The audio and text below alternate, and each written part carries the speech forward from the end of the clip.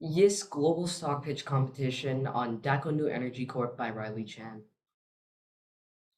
Table of contents. So I'll be presenting about 10 slides from company overview to energy considerations. So first we have company overview. Daco New Energy Corp. It produces polysilicon, which is part of the semiconductor materials and equipment industry. The ticker symbol is DQ, and I have a strong recommendation to buy this stock now. Their current price is at $46.84 as of 2023, March 31st. And I have a target price of $158.05, which is a 238% upside. This company is a global leader in polysilicon production with a 13% market share. They have a low cost advantage and a steady supply of demand, which is even increasing. So Daco is expanding its production capacity to take advantage of this growing demand driven by a global shift towards renewable and sustainable energy because of the energy crisis. And Daco's main competitor, Walker, only has an 8% market share and cannot compete on cost. Other competitors include Chinese domestic polysilicon manufacturers and US based companies. And investment summary. So Daco New Energy is a buy with a target price of $158.05. They have a unique business model as a low cost producer in the polysilicon industry.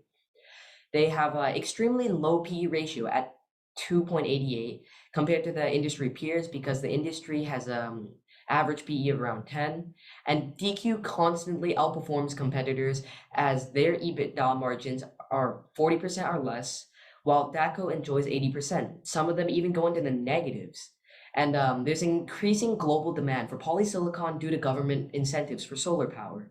And this company is well positioned to benefit as one of the most profitable market leaders in the industry. So, an analysis of the industry. Here are two graphs. It shows the polysilicon prices from 2014 to 2020 and the total production volume of polysilicon from 2014 to 2020. You can see the ramp up of polysilicon production from 2020 to 2022, and that hasn't affected the price negatively. In fact, the price hasn't slowed down.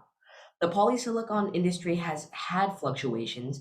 However, DQ still turns a profit despite even during the oversupply because of its low cost production from 2014 to 2019.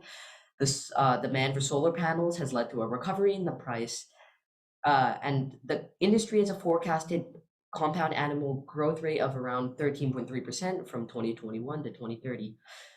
Daco is a cost leader and is a production cost of $7 around that, and many US based companies have a production cost of double that at $15. And only recently have they began receiving government subsidies, while Daco has received it for 10 years. Governments are also driving demand for polysilicon as they seek more sustainable energy to prevent another energy crisis. Competitive positioning. This company has a high customer switching cost, as if you want to switch, you have to pay a fee to end the contract, and it also affects all your machinery, so you have to switch it out if you want to replace the polysilicon. They are also a low cost producer, so even if the price of polysilicon fails, they'll still turn a profit, and other companies will fail. And the company is expanding into Vietnam to produce raw materials. This further reduces production costs. And Daco's market leadership provides them with economies of scale, allowing them to get better prices in terms of their suppliers. Porter's five forces. So bargaining power of their customers, it's pretty low at a 3 out of 5.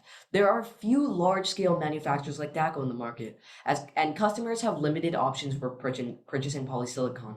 And the intensity of competition is also pretty low because DQ produces polysilicon for half the price of its competitors.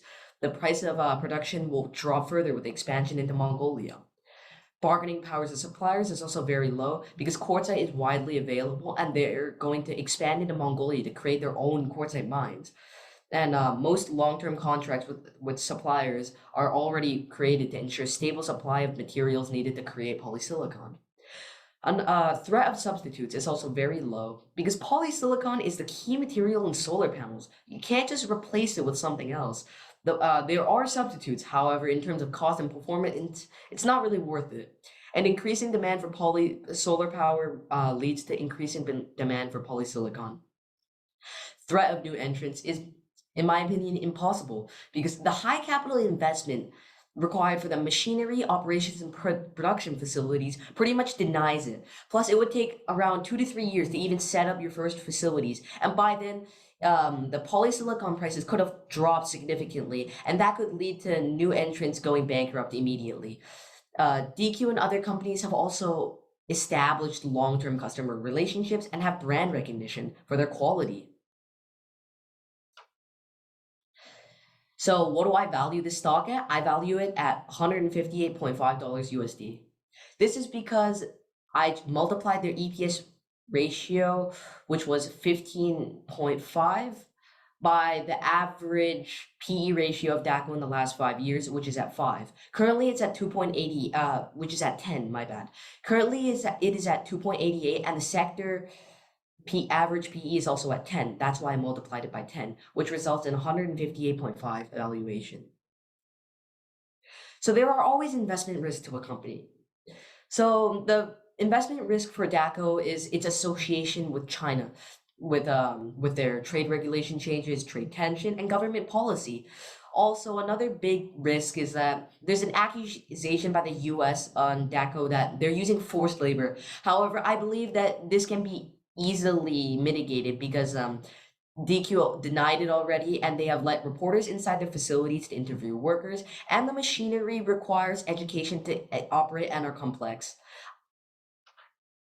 Lastly, but actually not lastly, management and government. So management, there's CEO Guang Fuxu, who has been leading DACO for the last 10 years. Under his leadership, the company has rapidly expanded production facilities, increased capacity, lowering costs, and Xu is also leading the expansion into Mongolia to set up quartzite mines, which will further reduce production costs.